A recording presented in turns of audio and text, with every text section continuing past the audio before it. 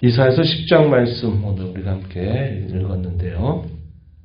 10장의 앞부분의 내용은 어제 9장에서 읽었던 내용에 계속 이어지는 말씀입니다. 1절부터 4절의 내용에서는 당시에 부패하고 타락한 지도자들에 대한 심판이 예고됩니다.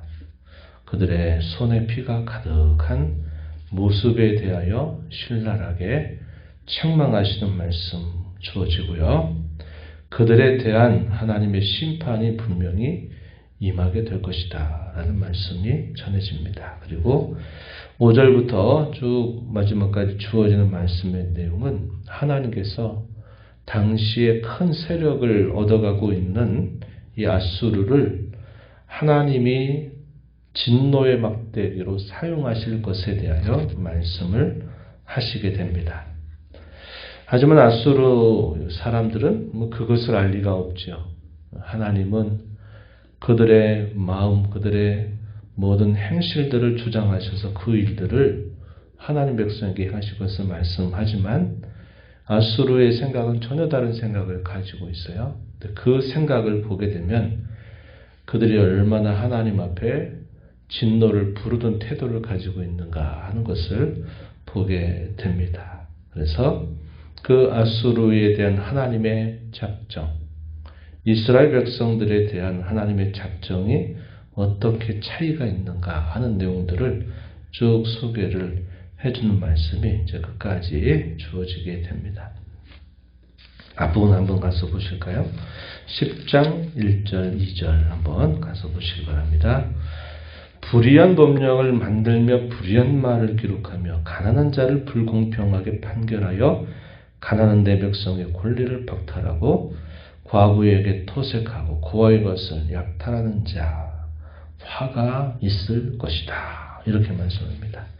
당시의 지도자들에 대한 부패하고 타락한 그들의 모습을 이렇게 꼬집어 말씀하시는 내용이고 그들에 대한 하나님의 심판이 임하게 될 것이다. 이렇게 표현을 합니다. 4절 끝부분에 가서 보시면은 하나님께서 그들에 대하여 분명히 벌하실 것이다 하는 말씀을 하시면서 하반절에 그럴지라도 여호와의 진노가 돌아서지 않을 것이고 그의 손이 여전히 펴져 있을 것이다. 그것으로도 그들의 죄악에 대한 온전한 심판이 되지 못한다. 그들의 죄악상이 그만큼 크다는 것을 표현해 주는 말씀이겠죠. 이 4절 하반절에 표현되고 있는 이 말씀은 이미 9장에서 반복구처럼 표현이 되어 있던 말씀이에요. 9장 12절 가서도 하반절에 보면 동일한 표현이 반복돼요. 그럴지라도 여호와의 진노가 돌아서지 아니하며 그의 손이 여전히 펴져 있을 것이다. 이렇게 표현되어 있어요. 17절 하반절 또 9장 21절 하반절에서도 이 표현이 반복이 되고 있어요. 그래서 10장 4절까지 앞에 주어져 있는 당시의 이 죄악상에 대하여 하나님이 반드시 벌하실 것에 대하여 하시는 말씀 주어져 있고요. 5절 이하에서는 아수르 나라 당시의 큰 세력을 키워가고 있었던 이 아수르에 대하여 하나님께서 진노를 발하시는 내용을 소개하고 있어요. 유다 나라가 당시의 역사적인 상황에서 어디를 의지하려고 했는지 우리가 살펴본 바처럼 당시 아수르 나라를 기대려고 했던 겁니다. 그런데 이 아수르 나라는 하나님의 계획 속에서는 어떻게 그 아수르 나라를 사용하시느냐. 하나님 백성들을 깨우치는 벌 주는 막대기로 하나님이 사용하시겠다. 이런 말씀을 하시는 거예요. 의지하고자 했던 그 대상에 대하여 도리어 그 대상으로 말미암아 벌을 받게 하시겠다는 거죠. 그래서 자신들이 바라보려고 했던 그 대상이 의지할 대상이 아님을 그들에게 뼈저리게 가르치고 의지할 대상은 오직 하나님, 그들의 하나님밖에 없다 하는 사실을 하나님이 보여주실 것을 말씀하시게 돼요. 5절로 한번 가서 보세요. 아수르 사람은 화가 있을 것이다. 그는 내 진노의 막대기, 그 손의 몽둥이는 내 분노다. 진노의 막대기. 하나님께서 자기 백성들에게 깨우치게 하시고자 하시는 수단이다라는 사실을 표현합니다. 5절, 6절에 계속 이어지는 표현 보면 6절에 내가 그를 보내어 경건하지 않은 나라를 치게 한다. 내가 그에게 명령하여 나를 노하게 한 백성을 쳐서 탈취함에 노력하게 하며 그들을 길거리에 진흙같이 짓밟게 하려 한다. 이렇게 말씀을 합니다. 하나님이 이 아수르를 들어서 악한 나라들을 한편으로는 벌하시고 심판하시는 역할들을 하고 하나님의 백성들은 그것으로 인해서 그들을 징계하는 수단으로 사용하시려고 한다 하는 거예요. 그런데 아수르 이들의 생각은 어떤 생각이냐? 7절 이하로부터 쭉 이어지는 말씀을 보면 그들은 하나님의 이런 정하신 뜻과 상관없이 자기들이 하고자 하는 계획들을 가지고 있다는 거죠. 당연하겠죠. 왜냐? 그들은 하나님을 믿는 백성이 아니기 때문에 그래요. 그러나 하나님은 그들의 모든 흥망성사조차도 주관하시는 분이기 때문에 그들을 분명한 도구로 사용하실 것이고 후에는 그들에 대하여 그들의 죄악에 대하여 심판하실 것을 하나님이 말씀을 하시는 겁니다. 7절 가서 보시면요. 그의 뜻이 이같이 아니하고 그의 마음의 생각도 이같이 아니하고 그의 마음은 허다한 나라를 파괴하고 멸절하는 것이다. 이렇게 말합니다. 이 그의 뜻, 아수르의 생각, 아수르의 의지를 말하고 있는 겁니다. 그들의 이러한 생각이나 그의 뜻을 살펴보면 그들이 얼마나 교만하고 또 그들이 얼마나 욕심을 부리고 또 하나님을 향해서 대적하는 태도를 갖고 자신들의 힘을 과신해서 아주 그 교만이 하늘을 찌를 듯한 그런 교만함을 가지고 있다는 것을 보여주고 있습니다. 8절 가서 보면 내 고관들은 다 왕들이 아니냐.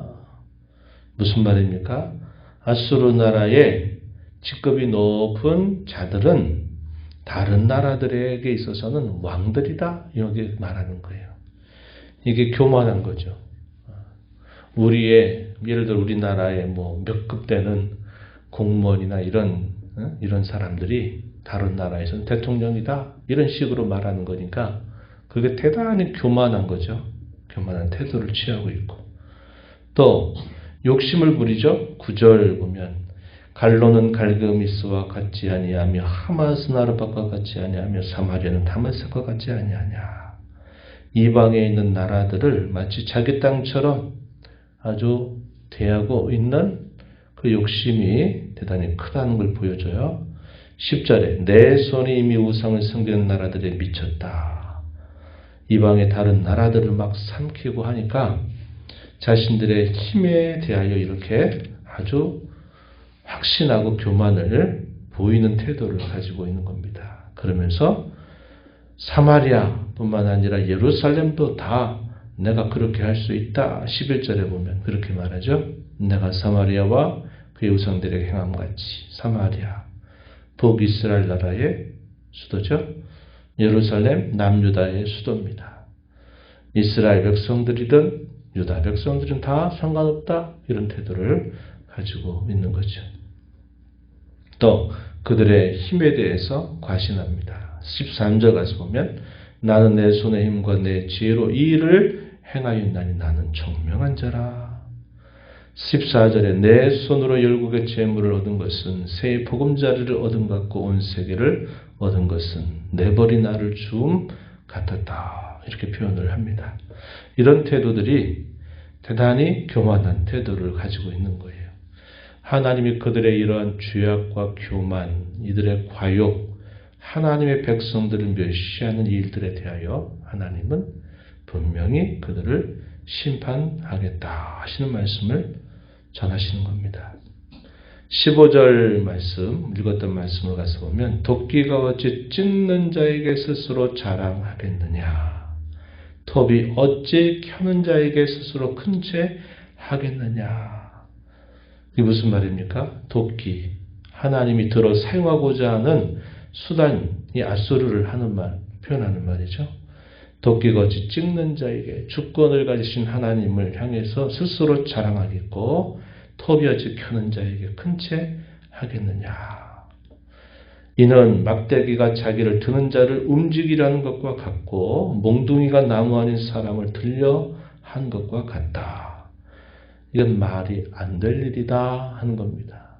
하나님은 도끼를 손에 쥐고 있는 자고 멍덩이를 쥐고 있는 사람과 같다. 하나님의 주권에 대하여 반역하고 교만한 이 앗소르에 대하여 하나님이 하시는 말씀이 되는 겁니다. 그래서 그들이 순식간에 망하게 될 거다 하는 사실을 말씀하세요. 17절, 이스라엘의 빛은 불이 되고 그의 거룩하신 이는 불꽃이 되실 것이니라. 하루 사이에 그의 가시와 찔레가 소멸되며 그의 숲과 기름진 밭의 영광이 전부 소멸될 것이다.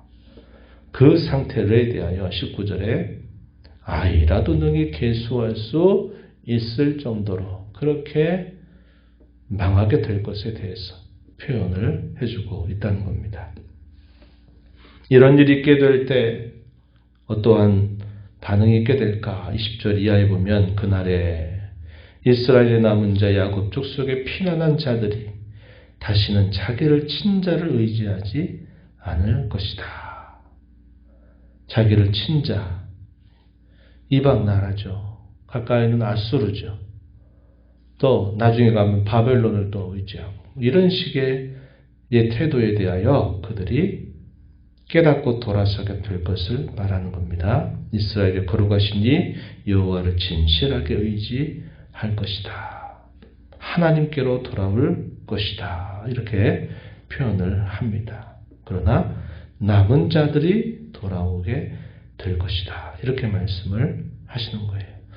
하나님의 작정, 하나님의 계획은 무엇이냐? 하나님은 이스라엘 백성들, 유다 백성들의 그 죄악에 대하여 하나님이 징계하시는 수단으로 막대기로 당시 이 앗수르 나라를 사용하실 것을 말씀하십니다. 그래서 먼저는 하나님 백성들을 징계하시겠지만 그러나 후에는 이러한 이방 나라들의 죄악에 대하여 반드시 망하게 하실 것을 말씀하시는 거예요. 무슨 차이입니까? 징계와 심판의 차이죠. 징계는 부모가 마치 그 자녀에 대해서 잘못된 것을 깨우쳐서 바르게 세우고자 하는 데 목적이 있다면, 심판은 그들의 죄악에 대하여 하나님의 공의로우심을 드러내는 목적이 있는 겁니다. 그래서 분명히 다르다는 거예요. 하나님이 자기 백성들에 대하여 작정하시고 경영하시는 일과 이방의 백성들의 흥망성쇠를 경영하시는 그 일과는 분명한 차이를 가지고 있다 하는 것을 말씀하고 있는 겁니다. 그러면서 하나님 백성들에 대하여 다독이시는 말씀이 주어지죠. 24절에 보면 그러므로 주만군의 여호와께서 이르시되 시온에 거주하는 내 백성들아, 앗수르가 애굽이 한 것처럼 막대기로 너를 때리며 몽둥이를 너를 들어 너를 칠지라도 그를 두려워하지 말아라. 진정으로 두려워할 대상은 애굽 나라도 앗수르 나라도 그 어떤 나라도 아니라는 거예요. 진정으로 경외할 자, 곧 하나님을 바라보라는 거죠. 25절에 내가 오리지 아니하여 내게는 분을 거치고 그들은 내 진노로 멸할 것이다. 이렇게 말씀을 하시게 됩니다. 하나님이 이러한 모든 계획들을 반드시 이루실 것이다 하는 사실을 강조하시고 계십니다. 하나님은 그의 작정을 반드시 실현하시는 분이다 하는 사실을 오늘 말씀은 우리에게 잘 가르쳐 줍니다. 하나님은 작정하신 뜻에 따라서 자기 백성들에게 때로 징계하시고 이방의 나라들에 대해서는 분명한 심판을 행사하시고 마침내는 하나님의 택하신 백성들을 구원하시는 열심을 가지고 계신 하나님이심을 오늘 말씀 우리에게 잘 보여줍니다. 우리를 향한 하나님의 구원, 이 열심이 이 모든 일들을 반드시 이끌어 가실 것임을 우리는 확신하게 되는 것입니다. 때로 징계 가운데서 구별이 되죠. 여러 시련과 어려움 가운데 구별되는 일이 뭘까요? 그 자신이 어디에 진정으로 속해 있는가를 드러내게 되는 거예요. 마치 추수한 이런 이삭들, 이런 이삭들을 가지고 이렇게 키질을 쭉 하게 되면 알곡들이 그 키질로 해서 안으로 모여들고 쭉정이들이 날려가는 것처럼 하나님 백성들에게 닥치는 여러 어려움들, 그런 것들은 구별의 목적이 있어요. 구별. 그래서 우리가 그런 일들을 겪을 때 우리는 어떤 태도를 가져야 되냐면 더 주님의 품으로 더 가까이 나오는 자세를 갖도록 힘을 기울여야 합니다. 오늘도 하나님이 이 말씀을 통해서 하나님은 그의 계획을 반드시 이루시는 전능하신 분, 우리를 향한 구원의 약속을 반드시 실행하시는 분이신 줄 알고, 때로 우리 인생 가운데 이런저런 일들이 있을 때마다 하나님의 그 선하신 뜻을 우리가 분명히 믿고 하나님을 가까이 하는 그런 삶을 살아가는 저와 여러분이 되어야 하겠습니다. 하나님 아버지, 이 새벽에도 저희들을 깨워주셔서 오늘도 아버지 앞에 저희들을 세워주신 것을 감사드립니다. 하나님이 저희를 만나러 오실 때 항상 말씀을 통하여 저희에게 만나러 오심을 저희가 깨닫습니다. 오늘도 저희에게 주시는 이 말씀을 통해서 하나님은 작정하신 뜻, 특별히 자기 백성들을 향하신 하나님의 선하신 뜻을 반드시 실행하시는 열심을 가지신 하나님이신 줄 저희가 다시 한번 배웠습니다. 저희를 향하신 하나님의 약속, 저희를 향하신 하나님의 계획이 반드시 실현될 줄 믿고 저희의 삶 속에 일어난 이런저런 일과 사건들에 대하여 두려워하지 않게 하시고 하나님을 더욱 의지함으로 이 모든 일들을 잘 감당하고 극복해 나가는 저희들의 삶이 되게 하시고 하나님을 가까이 모신 자로 주와 동행하는 삶을 살도록 하루하루 저희들의 삶을 주장하시고 인도하여 주옵소서. 오늘도 은혜의 보좌 앞에 나와 아버지 은혜를 구하는 모든 심령들의 간구를 귀 기울여 주시고 응답하여 주시기를 바라며 예수님 이름으로 기도하옵나이다. 아멘.